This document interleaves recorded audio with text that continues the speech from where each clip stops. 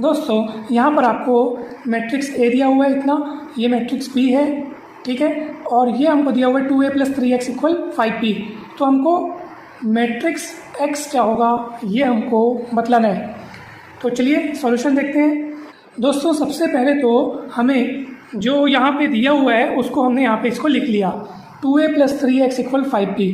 अब चूंकि हमें मैट्रिक्स x के बारे में पता करना है इसलिए x को हमको अकेला रखना होगा, तो इसलिए हमने दोनों ओर -2a जोड़ दिया। क्यों? ताकि ये 2a जो पहले से है वो इस -2a से कैंसिल होकर के हमको 0 मैट्रिक्स मिलेगा, ठीक है। और ये 3x तो अपनी जगह पे है ही, हमने दोनों ओर -2a क्यों ऐड किया? ताकि -2a + 2a plus minus cancel होकर के 0 मैट्रिक्स बन जाए। और ये 3x और ये 5b इधर है, और जो -2a हमने दोनों ओर जोड़ा था तो ये -2a इस तरफ दिख रहा है, तो हम यहाँ पे 5b को पहले लिख करके फिर -2a को लिख लिए। और 0 मैट्रिक्स को आप किसी में भी जोड़ोगे तो 3a, जो भी मैट्रिक्स जिसमें आप 0 मैट्रिक्स को जोड़ रहे हो तो वही मैट्रिक्स आपको मिल जाएगा। तो 3x में आप 0 मैट्रिक्स को जोड़ोगे तो आपको 3x मिलेगा। और तो आपको 3x = 5b + -2a, यहाँ पे a का जो कोफिशिएंट है वो -2 है।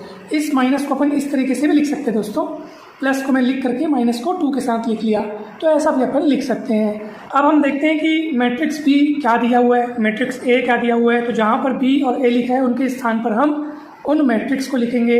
तो बी इक्वल आपको इतना दिया है, ए इक्वल इतना दिया है, तो बी की जगह मैट्रिक्स ये वाला, ठीक है, ये वाला मैट्रिक्स लिखेंगे, ए की जगह पे ये वाला लिख लेंगे।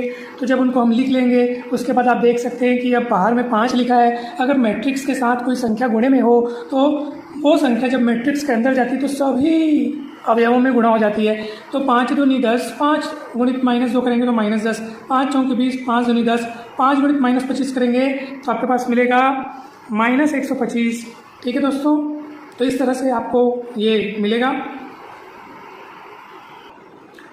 सॉरी फ्रेंड्स, यहाँ थोड़ा मिस्टेक है, ये जो मैट्रिक्स बी है ना उस पर -5 दिया हुआ है यहाँ पे, तो एक्चुअली में यहाँ पे -25 नहीं बल्कि -5 होगा।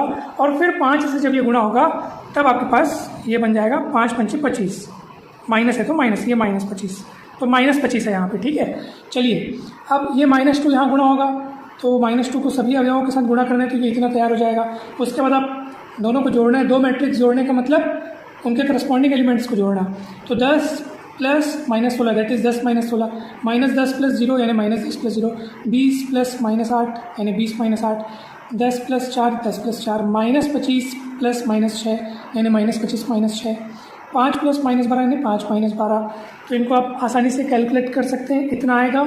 हमको मैट्रिक्स x पता करना है इसलिए 3 को पक्षांतर करना होगा।